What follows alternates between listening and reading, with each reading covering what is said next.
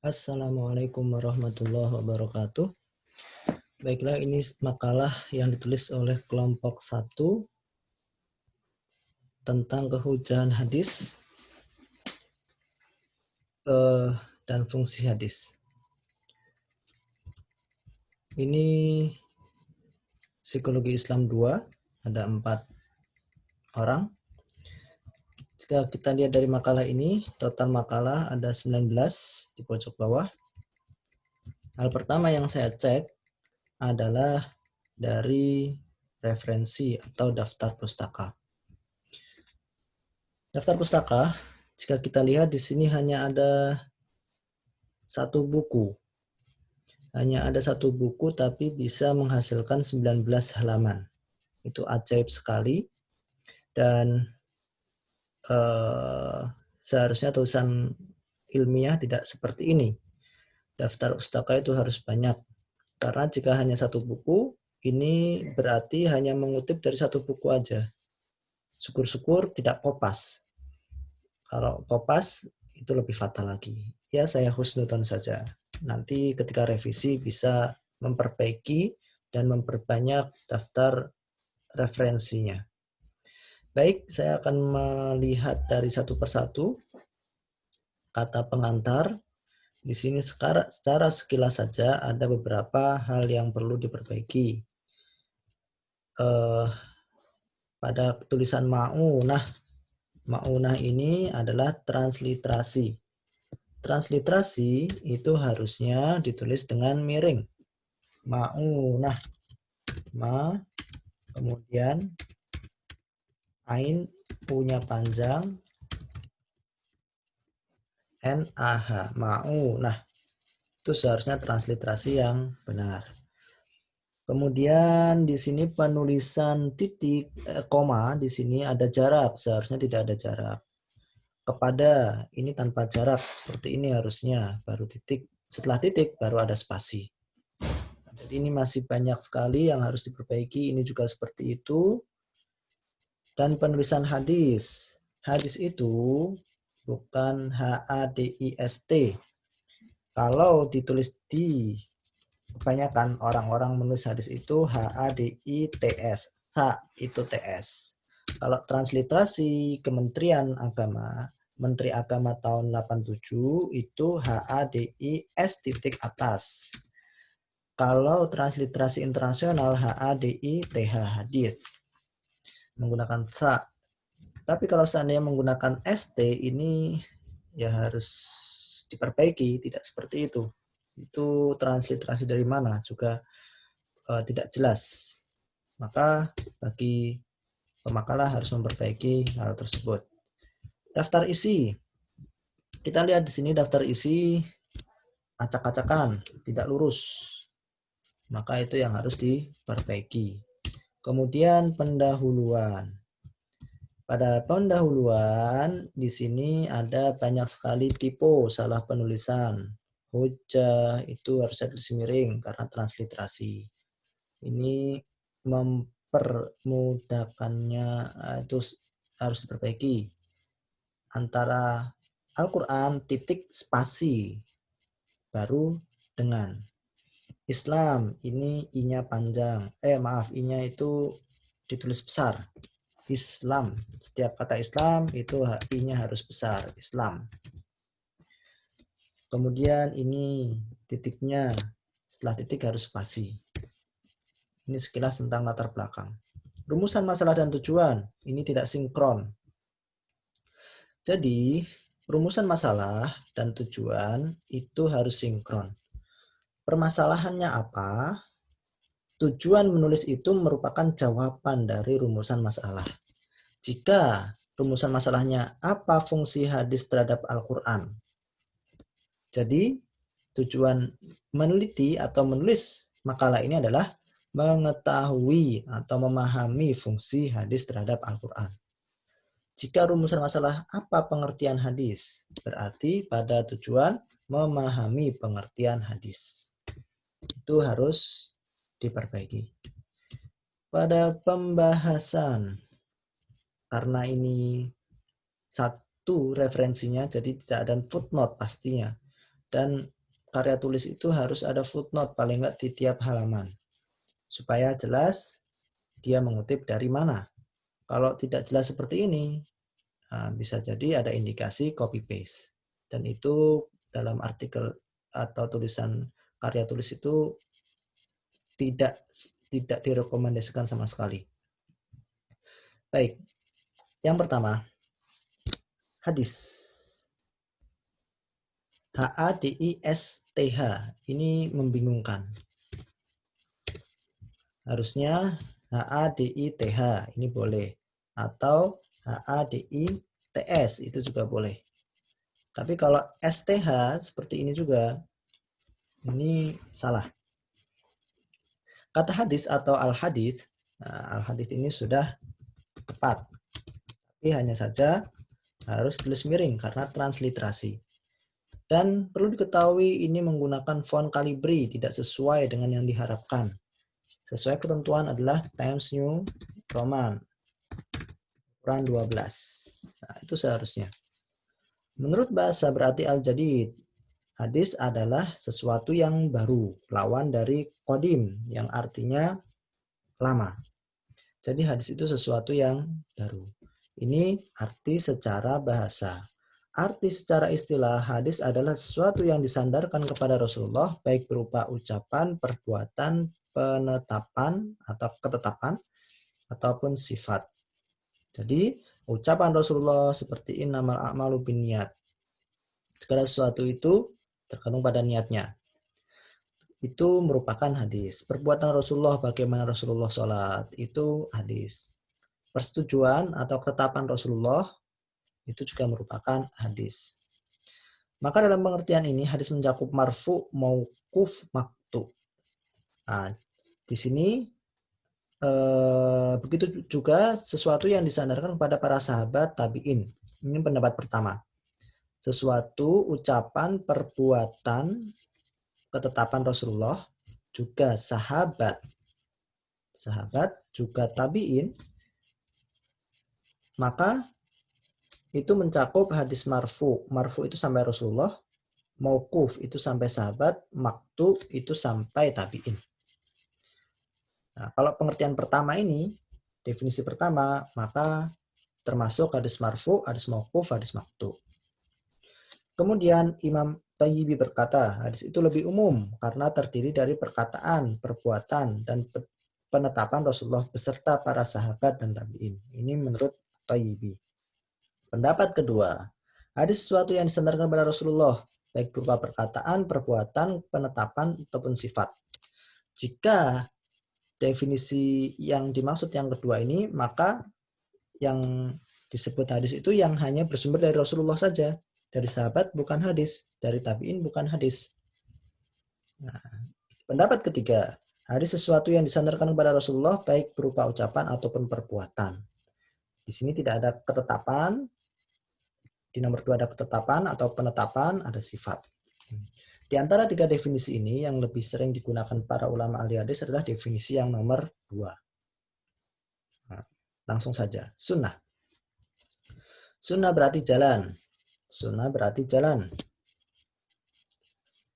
Menurut Hasbi As-Siddiqi, sunnah ditinjau dari sudut bahasa bermakna jalan.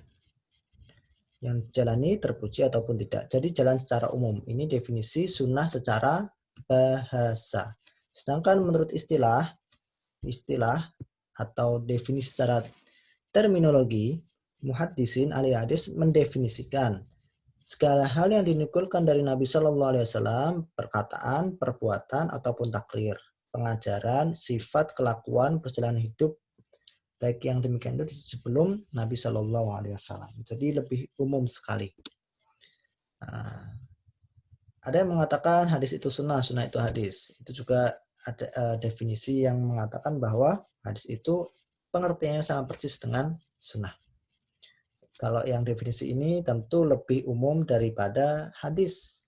Karena di dalam hadis itu hanya perkataan, perbuatan, takrir. Sedangkan sunnah di sini, definisi ini, ada pengajaran, ada kelakuan perjalanan hidup baik yang demikian itu sebelum Nabi. Jadi lebih umum lagi. Bisa jadi sunnah itu lebih umum daripada hadis jika menggunakan definisi ini. Bisa jadi sunnah itu sama dengan hadis jika definisinya hanya perkataan, perbuatan, dan takrir. Bisa jadi lebih khusus jika diartikan sunnah itu hanya perbuatan yang dilakukan oleh Nabi. Tapi kebanyakan mengartikan bahwa sunnah itu hadis, hadis itu sunnah. Sama. Kemudian khobar. Khobar menurut bahasa berarti berita atau informasi yang disampaikan dari seorang kepada orang lain. Suyuti mengatakan, istilah hadis sama dengan artinya dengan khobar. Keduanya dapat dipakai untuk sesuatu yang marfu, mauquf, maktu. Imam Suyuti mengatakan khobar itu sama dengan hadis. Ulama lain mengatakan khobar sesuatu yang datang dari selain Nabi. Sedang yang datang dari Nabi disebut dengan hadis. Berarti pendapat yang kedua ini satu, pendapat Imam Suyuti yang mengatakan bahwa hadis sama dengan khobar. Kemudian pendapat nomor 2, hadis itu berasal dari selain Nabi. Khobar itu berasal dari selain Nabi. Hadis itu hanya dari Nabi. Jadi kalau innamal a'malu binniyah, menurut pendapat kedua itu adalah hadis, bukan khobar. Sedangkan perkataan ulama salaf, sahabat, tabi'in itu disebut dengan khobar. Tapi bukan hadis. Nah, itu pendapat yang kedua. Khobar itu berasal dari selain Nabi, hadis berasal dari Nabi. Ada juga ulama yang mengatakan bahwa hadis itu lebih umum dari khobar. Yang ketiga ini, hadis lebih umum dari khobar. Bahwa tiap-tiap untuk keduanya berlaku kaidah umum wa khusus mutlak, yaitu bahwa tiap-tiap hadis dapat dikatakan khobar, tapi tidak setiap khobar dapat dikatakan hadis. Dan ini hanya sekedar definisi saja. Memang dari beberapa definisi yang lebih sering kita dengar adalah definisi dari yang kedua, yaitu khobar itu selain dari Nabi, sedangkan hadis itu berasal dari Nabi. Athar itu sisa atau bekas.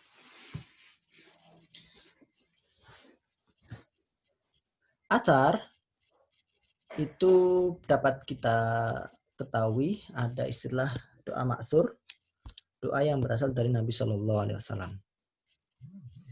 Kemudian mayoritas ahli hadis mengatakan bahwa athar sama dengan khobar. Jadi ada yang mengatakan athar sama dengan khobar, sesuatu yang disandarkan kepada Nabi, sahabat, dan tabi'in. Sedangkan menurut ulama Khurasan bahwa athar yang untuk yang hadis mauquf dan hadis marfu. Jadi kalau perkataan sahabat, ini yang pendapat kedua, itu perkataan sahabat itu athar, ulama salaf itu athar. Sedangkan hadis itu perkataan Nabi. Itu pendapat yang kedua. Pendapat yang pertama, mayoritas ahli hadis mengatakan athar itu sama dengan khobar, yaitu sesuatu yang disarankan kepada Nabi, sahabat, dan tabi'in. Sangat umum sekali. Ini sekedar definisi, ada perbedaan antara satu ulama dengan ulama yang lain. Ini hanya mengenalkan saja kepada kalian, di dalam ilmu hadis ada istilah athar, ada istilah khobar, ada istilah hadis. Fungsi hadis terhadap Al-Quran, bayan takrir, yaitu sebagai penguat. Di dalam Al-Quran disebutkan bahwa ada perintah untuk sholat, ada perintah untuk puasa, ada perintah untuk zakat. Jadi fungsinya hadis untuk menjelaskan dari Al-Quran. Kita ambil contoh di sini. Bayan takrir adalah sebagai berikut. Hadis riwayat Muslim, fa'aftiru ra'aitumu wa idza fasomu al-hilal ra'aitum. Ini dalam penulisannya masih salah karena tidak urut, muter. Copy paste-nya kurang pas.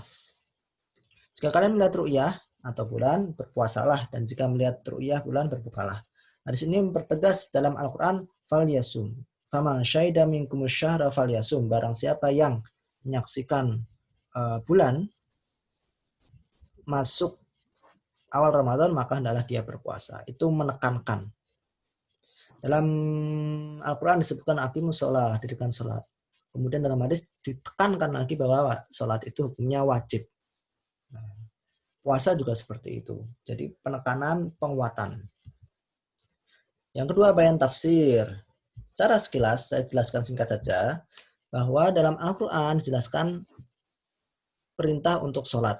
Tetapi dalam Al-Quran tidak dijelaskan bagaimana rincian pelaksanaan sholat itu.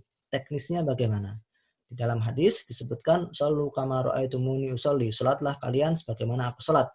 Maka kita sholat sebagaimana Rasulullah SAW sholat, takbiratul ihram, kemudian baca A, B, C, dan seterusnya, ruku, sujud, sampai salam, itu semua berdasarkan hadis. Tidak ada penjelasan dalam Al-Quran. Itu merupakan bayan tafsir. Penjelasan lebih detail di dalam hadis. Karena di dalam Al-Quran lafadznya umum. Kemudian ada takhsisul am, takyidul mutlak. Ada banyak sekali di sini. Saya hanya menjelaskan singkat saja. Kemudian langsung ke kehujahan hadis. Di sini kenapa kok hadis itu digunakan sebagai sumber hukum yang kedua setelah Al-Quran? Karena yang pertama, dalil dalam Al-Quran itu menyatakan bahwa kita harus menerima segala apa yang datang dari Rasulullah SAW. Maka setelah Al-Quran, sumber hukum kedua adalah hadis. Kemudian dari hadis, ini juga tulisannya masih amburadul juga ini, di Arabnya banyak sekali. Alaikum bisunnati wa sunnatal khulafair rasyidin. Ini masih acak-acakan, semua tulisannya acak-acakan di sini. Footnote tidak ada, daftar pustaka cuma satu. Jadi harus banyak sekali yang diperbaiki. Termasuk font, Times New Roman harusnya ukuran 12, itu juga tidak pas. Jadi nanti masih ada kesempatan untuk merevisi bagi pemakalah. Revisi sebaik-baiknya, sedetail-detailnya, karena waktunya masih lama sekali untuk mengumpulkan revisi. Dari hadis, kita diperintahkan untuk mengikuti sunnah Rasulullah. Alaikum bisunnati, hendaklah kalian mengikuti sunnahku dan sunnah khulafa rasyidin setelahku. Kemudian jika kita melihat imam 4 madhab, juga khalifah setelah Rasulullah, seluruhnya mengikuti apa yang disabdakan oleh Rasulullah, yaitu hadis. Imam 4 madhab menempatkan hadis pada urutan kedua setelah Al-Quran. Imam Abu Hanifah, Imam Malik, Imam Syafi'i, Imam Ahmad bin Hanbal. Semuanya menempatkan Al-Quran yang pertama, kedua hadis. Sedangkan yang ketiga, keempat, dan seterusnya itu berbeda antara satu madhab dengan madhab yang lain. Contoh, Imam Syafi'i, setelah Al-Quran, hadis, ijma, qaulus sahabah, kemudian qiyas. Imam Malik berbeda. Nomor 1, 2 sama, Al-Quran dan hadis. Nomor 3 itu amalu ahlul Madinah, yaitu kebiasaan penduduk Madinah. Nah, jadi intinya semua ulama 4 mazhab itu sepakat nomor 1 Al-Quran, nomor 2 hadis. Sedangkan setelahnya itu berbeda. Karena perbedaan tersebut dalam metode pengambilan hukum atau istinbat hukum, maka kesimpulan fikihnya juga berbeda. Nah, itulah mengapa di dalam satu madhab mungkin ada yang kunut, kemudian yang madhab yang lain ketika subuh nggak kunut, karena metodenya berbeda. Nah, tapi pada intinya hadis semuanya sepakat menempati urutan kedua, sedangkan ketiga dan seterusnya itu berbeda, dan kita tidak masuk terlalu dalam di situ karena tidak pada mata kuliah ulumul hadis, itu pada mata kuliah yang lain.